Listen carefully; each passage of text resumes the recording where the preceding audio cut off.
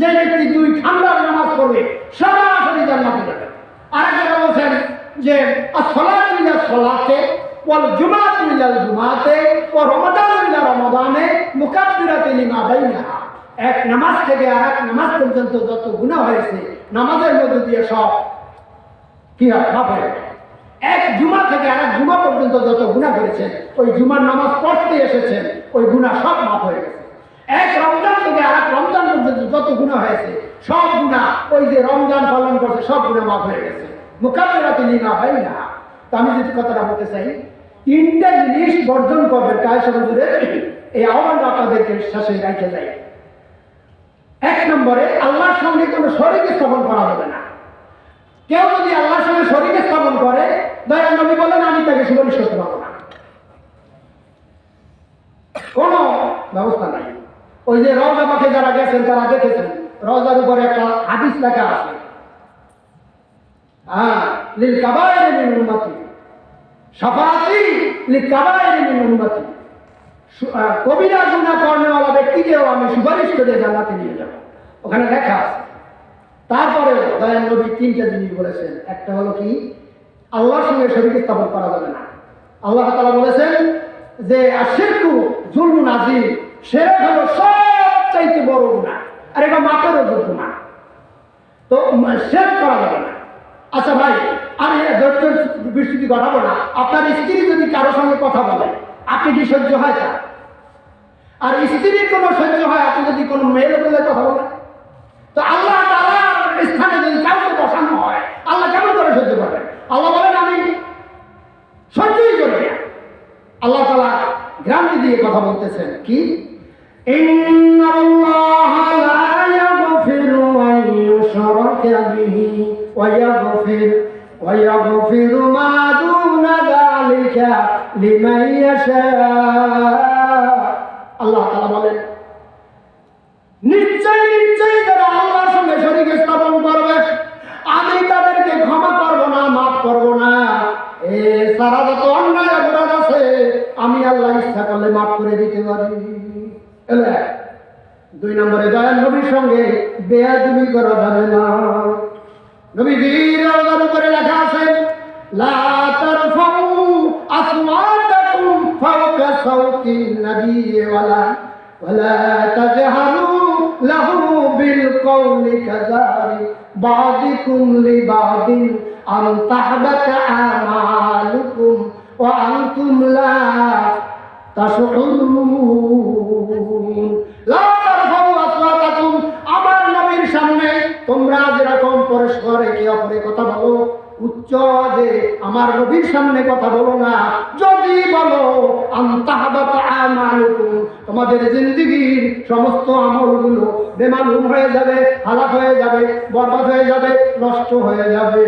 নবীর সঙ্গে বেয়াদবি করা যাবে না। 3 নম্বর, মানুষের হক নষ্ট করা যাবে না। একটা লোকের হক নষ্ট করতেন, শুধু টাকা পয়সার হক? টাকা পয়সার হক না, অনেক রকমের হক আছে। এই হক নষ্ট করা যাবে না। যদি হক নষ্ট করে থাকে, দুনিয়া থাকতে তার জন্য আপনি বাড়িতে যাইয়া আপনি মাপ চেয়ে আসেন, আপনি মাপ চেয়ে আসেন। যদি দুনিয়ায় মাপ করে দেয় তাহলে আপনি মাপ পাইবেন, এছাড়া মাপের কোনো পথ নাই। হাদিস শরীফে আছেন আল্লাহ রাব্বুল আলামিন পাওনাদারকে ডেকে বলবেন, পাওনাদার রে তুমি ওই, আমি নাকি নাম রাখলাম, ওই আব্দুল্লাহর কাছে যত টাকা পাবা টাকা সব নিয়ে নাও। ফেরেশতাদেরকে অর্ডার দেবে, ফেরেশতারা দিয়ে দাও, নিয়ে নাও, দিয়ে দাও, নিয়ে নাও, দিয়ে দাও। দিতে থাকবে, দিতে থাকবে, দিতে থাকবে। ফেরেশতারা বলবেন আল্লাহ গো, তাদের পাওনা তো দেওয়া হয়ে গেছে, কি দিয়ে দেছো? কাজে ওই যে নেক দিয়ে দিছি, এখনো পাওনাদার বাকি, এখন কি করবো? আল্লাহ বলেন যখন তার নেক নাই, যার কাছে পাইবে তার গুনাহ ওই সলিমুদ্দিন মাথায় দিয়ে দাও, তারপর মাফ হবে, পর মাফ হবে না। আমি বাস্তব একটা দৃষ্টান্ত দিই, 2 মিনিট। আমার বাড়ি দালাল কাছে, আমরা ছাত্র জীবনে এই আপনাদের এই প্রিন্সিপাল হুজুর একত্রে হাইটে গেছে 5 মাইল জায়গা নিয়ে, এখন কিন্তু গাড়ি ছাড়া হাঁটতে পারবে না। নেশারাবাদ থেকে 5 মাইল জায়গা হাইটে গেছে, হুজুরের কাছে নাকটা, আমি গেছি দালাল। বাড়িতে ছোটবেলায় এই বাচ্চা এই যে টুচি দিতে পারে, এই সময় সাপলা চলতে গেছি, আমার রান্না ভাই নাম হলো যাইয়া সেরা, ওনার এখন আউট আমি খাইছি। এরপর মাদ্রাসায় খুলনা দারুল মাদ্রাসা পড়ছি, নিসারাবাদ পড়ছি, খুলনা আলিয়ায় পড়ছি, আর অন্য জায়গায় পড়ছি। পড়াশোনার মনে মনে কই হায় হায়, আমি যেখানে আউট খেললাম হ্যাঁ তো দাবি ছাড়াই বাড়ি গেছি, ওই উদ্দেশ্যেই বাড়ি গেছি যাইয়া রাঙ্গাবাড়ি ফেরা রাঙ্গাবাড়ি। আমি এখানে আউট খাইছিলাম আপনার দাবি ছেড়ে দেন, কেন দাবি ছাড়া লাগবে না, কে ছাড়া লাগবে না? তাহলে আমার সঙ্গে ওয়াদা নিয়ে ছেলে আমার ভাই, আমরা দুজনে কারবার করছি, তখন কি করা যাবে? তাহলে ওয়াদা নিয়ে যদি স্যার মাফ করে তাহলে আমি মাফ করবো। আমি নৌকা বাইয়া ওয়াদা নিয়ে আসি, পশ্চিমদার বাড়ি গিয়া ওয়াদা নিয়ে আসি। আমি কইলাম হুজুর, হুজুর কি মানে তোমার হুজুর না, যে রাঙ্গা ভাই মাফ করবেন আমার, আমি এখন খেয়েছি, দাম হইবে হয়তো চাইবে না, 1 টাকার চাইবে একবার চাইবে না।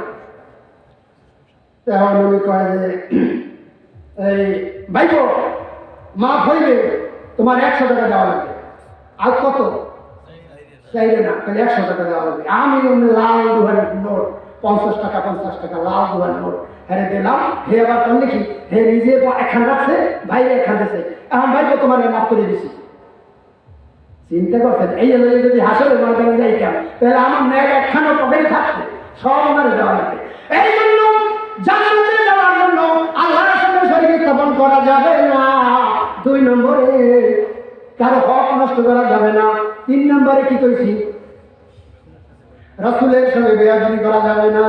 আগামীকাল ঢাকা আপনার কাদিয়ানীদেরকে অমুসলিম ঘোষণা দেওয়ার জন্য সারা পৃথিবী, সারা বাংলাদেশ থেকে, পৃথিবী বলে ভুলবে না, আপনার তথ্য উসমানী বাড়বে ওখানে, সারা বাংলাদেশ থেকে বড় বড় আলেমেরা সেই সরোয়ার্দী উদ্যানে যাবে আর তারা দাবি পেশ করবে। আমাদের কথাটা ওখানে প্লেস করো যে তারা থাকুক, হিন্দু হিন্দু আলী দিয়ে থাকে, কিন্তু কাদিয়ানী তারা এভাবে থাকবে কেন?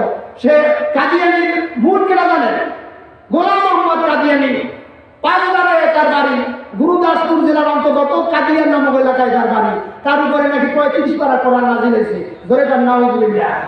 এই মরছে যেটা জানেন, পায়খানা কাছে বইয়ে মরছে, মৃত্যুর 3 দিন পর পেট খুলে গেছে, তারপর বাইক করছে। ওই নষ্ট হ্যাঁ বানাইছে নবী, হ্যাঁ নাতি যাই নাস্তা করা যায়। তা আমাদের কথা ওখানে প্লেস করবে আগামীকাল। এই জন্য আপনারা দোয়া করবেন, যাইতে না পারলে দোয়া করবেন। ও আখেরে দাওয়া না, আমি অনেক কথা বলে বেড়াইছি, এটা বলার উদ্দেশ্য আছে। উদ্দেশ্য হলো আমাদের হুজুর এখান থেকে চলে যাবে। আমার মনটা ভেঙে গেছে। আজকে হুজুরের কাছে বললাম, হুজুর আপনি চলে গেলে তো আর এখানে আসা হবে না, কারণ আপনার সঙ্গে যে আমার একটা রিলেশন, মহব্বত, আন্তরিকতা, এটা সবার মধ্যে হবে না। হবে হুজুরের যেরকম কায়সা হুজুর ভালোবাসতেন, আর একজনের কি এরকম বাসে না। হুজুর কায়সা হুজুর যেখানে যাইতেন, এই নাস্তা হুজুর আপনি যাবেন না, হুজুর যাও, তাড়াতাড়ি চলে যেতেন। এই হলো কায়সা হুজুরের সঙ্গে আমাদের এই প্রিন্সিপাল হুজুরের মহব্বত, এটা আমরা চোখে দেখেছি। আপনারা আল্লাহদের সঙ্গে সংস্পর্শে যাবেন, থাকবেন। একটা কথা বলে দিই, আল্লাহ নবী যখন ওই আপনারা মসজিদে নববীতে ওয়াজ করতেছে, তখন বলতেছেন সালামি, আমাকে প্রশ্ন করে আমি জবাব দেব। একজন বলে, হুজুর আপনি চলে গেলে আপনার এই জায়গায় তো কার কাছে দিয়ে দেবে? হুজুর চলে গেলে, হুজুরে জিজ্ঞেস করছে আপনি চলে গেলে দিয়ে দেবেন কারে? করে যারা আছে এরা বুঝছে পেয়ে এই জবাব দিতে পারে, জিজ্ঞেস এই জবাব দিতে পারে, এরা বুঝছে পেয়ে। তো সাহাবীরা এরকম একটা প্রশ্ন করলেন, হুজুর আপনি চলে গেলে আপনার এই জায়গায় তো কার কাছে দিয়ে যাবেন? দয়া নবী বলেন, আল্লামা ওয়ারাসাতুল আম্বিয়া ইলা ইয়াউমিল কিয়ামা, কিয়ামত পর্যন্ত যত নায়েবে রাসূল আসবে, যত উত্তরসূরি আসবে, যত হক্কানি আলেম আসবে, তাদের ঘাড়ে আমি এই জায়গায় তো দিয়ে গেলাম। হুজুর বলেছেন, আনা খাতামুন নাবিয়্যিন লা নবিয়্যা বা'দি ওয়ালা উম্মাতা বা'দা উম্মাতি, আমি শেষ নবী, আমার পরে আর কোনো নবী আসবে না, আমার উম্মতের পরে আর কোনো উম্মত আসবে না। যেই নবী এই কথাটা বলেছেন, কাদিয়ানীরা বলতেছে নবী আমাদের একজন আছে, নাম কি? গোলাম মোহাম্মদ কাদিয়ানী। জোরে বলেন নাউযুবিল্লাহ। তো আখির দাওয়ানা আলহামদুলিল্লাহি রাব্বিল আলামিন। আমাদের মাঝ থেকে অনেক লোক চলে গেছেন, তাদের রূহের মাগফিরাতের জন্য একবার সূরা ফাতিহা, 3 বার সূরা ইখলাস, 11 বার দরুদ শরীফ পাঠ করি। আউযু বিল্লাহি মিনাশ শাইতানির রাজিম। বিসমিল্লাহির রহমানির রহিম। আসসালামু আলাইকুম ইয়া আহলাল কুবুর। الحمد لله رب العالمين الرحمن الرحيم مالك يوم الدين اهدنا الصراط المستقيم صراط الذين قل هو قل هو قل هو اللهم صل على سيدنا محمد النبي الأمي وعلى وسلم اللهم صل على سيدنا محمد النبي الأمي وعلى وسلم اللهم صل على محمد النبي الأمي وعلى آله وأصحابه أجمعين اللهم صل على سيدنا محمد النبي الأمي وعلى آله وسلم تسليما اللهم صل على سيدنا محمد سيف الله القاتل ما لا ينعبد اللهم آمين ربنا تقبل منا إنك أنت السميع العليم وتب علينا إنك أنت التواب الرحيم اللهم اغفر لنا ولوالدينا ولجميع المؤمنين والمؤمنات والمسلمين والمسلمات والأحياء منهم والأموات إنك مجيب الدعوات رب ارحمهما كما ربياني صغيرا اللهم عافنا من كل بلاء الدنيا وعذاب الآخرة أنت ولينا في الدنيا والآخرة توفنا مسلما والحقنا بالصالحين وصلى الله تعالى على خير خلقه سيدنا محمد وعلى آله وأصحابه أجمعين برحمتك يا أرحم الراحمين آمين إن شاء الله كان شباب